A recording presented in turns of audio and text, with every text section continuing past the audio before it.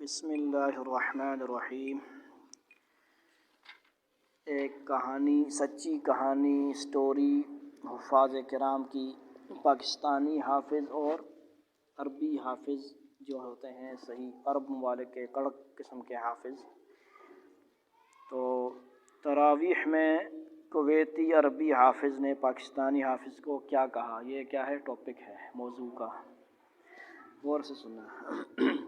یعنی اس کا مقصد کیا ہوگا، ہم نے کاچا ماچا حافظ نہیں بننا جس طرح ہم ہیں، ہمارے پاکستان ٹھیک ہے، ٹھک ٹھک ٹھک ٹھک جلدی جلدی پڑھتے ہیں ہم لوگ۔ یعنی مجھے مثال کے طور پر عادت ہے یا کسی کو عادت ہوگی، وہ عادت کو چینج مشکل ہوتی ہے، لیکن بچپن میں آپ اس چیز کو قابو کر سکتے ہیں۔ بچپن میں کوئی باتیں کرتا، کوئی تراویح نہیں پڑھتا، نہ پڑھے، یعنی کہ وہ کہتا ہے یار یہ ایک سے پارہ پڑھتا ہے، اتنی دیر لگاتا ہے، تو نہ پڑھے، آپ گھر میں پڑھا لو۔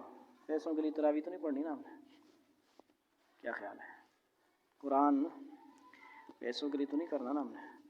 تو تراویح میں کویتی عربی حافظ نے پاکستانی حافظ کو کیا کہا؟ اگر یہ تحریر نہیں پڑھی تو کچھ نہیں پڑھا۔ اور فرمائیے، کویت میں کچھ رہائشی مکانات کی تعمیر کا سلسلہ جاری تھا۔ پاکستان کی ایک تعمیراتی کمیٹی NC کو بھی چند سو مکانات کا ٹھیکہ دیا گیا تھا، پروجیکٹ دیا گیا تھا بنانے آپ نے۔ وہاں کام کرنے والے پاکستانی ملازمین نے اپنے رہائشی کیمپ میں اپنے لیے ایک عارضی مسجد بنا لی اور باجماعت نماز کا اہتمام کیا۔ 4-5 ماہ بعد رمضان المبارک آ گیا اور وہاں تراویح پڑھانے کی ضرورت محسوس ہوئی۔ وہاں ان پاکستانیوں کے ساتھ ایک پاکستانی حافظ قرآن بھی موجود تھا، کاچا ماچا، مگر وہاں قانون کے مطابق تراویح پڑھانے والے حافظ صاحب حکومت سے طلب کیے جاتے ہیں۔ ٹھیک ہے جی، یہاں ہر کسی کو نہیں جا کے کھڑا ہو جائے، وہ حکومتی لیول پہ ہر چیز کنٹرول میں ہوتی ہے، وہاں سے اسپیشل حافظ آتے ہیں، وہ حکومت جاتی ہے، بھیجتی ہے۔ حکومت کے بھیجے ہوئے حافظ صاحب کو کسی وجہ سے 3-4 روز کی تاخیر ہو گئی تو پاکستانی حافظ نے تراویح پڑھانا شروع کر دی۔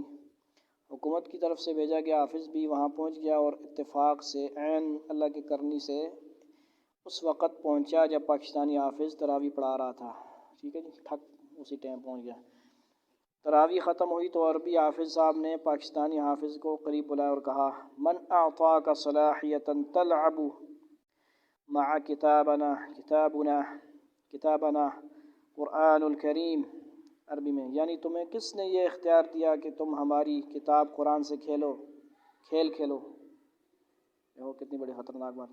هل تريد تلخص المصحف فی لیلۃ واحدہ، کیا تم اسے ایک ہی رات میں ختم کرنا چاہتے تھے؟ پاکستانی حافظ صاحب حیران و پریشان ہو کر ادھر ادھر تکنے لگے، اس کو سمجھ نہیں آ رہی نا کیا کہہ رہا ہے عربی میں۔ ایک پاکستانی جو تھوڑی بہت عربی جانتا تھا پاس آیا اور اس نے ترجمہ کر کے پاکستانی حافظ کو بتایا کہ عربی حافظ کیا پوچھ رہا ہے۔ پاکستانی حافظ نے جواب دیا، میں نے کون سی غلطی کر دی؟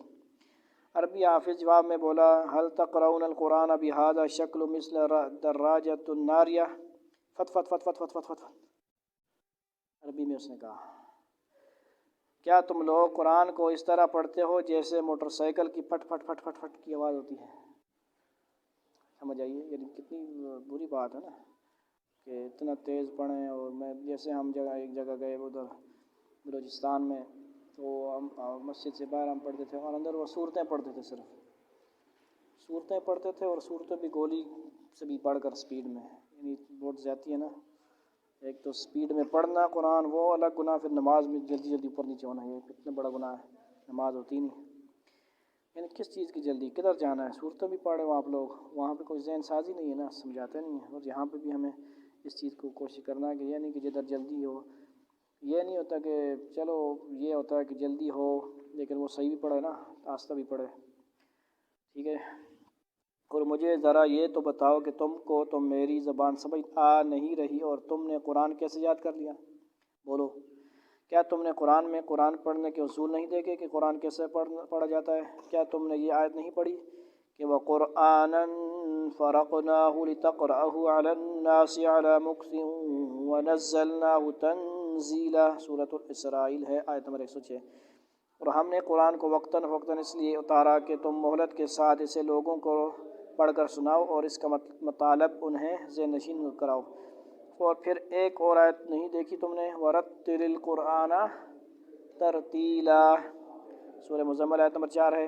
اور قرآن کو خوب ٹھہر ٹھہر کر پڑھو، پھر تم کیسے اس طرح بھاگم بھاگ چلے جا رہے ہو؟ تم نے قرآن کو مقتدیوں کو ذہن نشین تو کرایا ہی نہیں، تم تو اسے ایک ہی رات میں ختم کرنے پر تلے ہوئے نظر آئے۔ حالانکہ حدیث میں آتا ہے کہ 3 دن سے کم ختم کرنے والا وہ نہیں، اس کا قرآن کا فہم نہیں سمجھ سکتا، یعنی اجازت نہیں ہے، ویسے منع نہیں ہے لیکن پسندیدہ بھی نہیں ہے۔ پاکستانی حافظ صاحب نے ٹوٹی پھوٹی عربی میں کہا، واللہ یا شیخ انا ما اعرف ای شق تقول، قسم ہے یا شیخ میں کچھ نہیں سمجھا کہ آپ کیا کہہ رہے ہو۔ عربی حافظ نے جواب دیا کہ جب تم کچھ سمجھتے ہی نہیں تو پھر لوگوں کے آگے کیوں کھڑے ہوتے ہو؟ لماذا واقف امام الناس انت تقرأ بالسرعہ، تم بہت تیز رفتاری سے قرآن پڑھتے ہو۔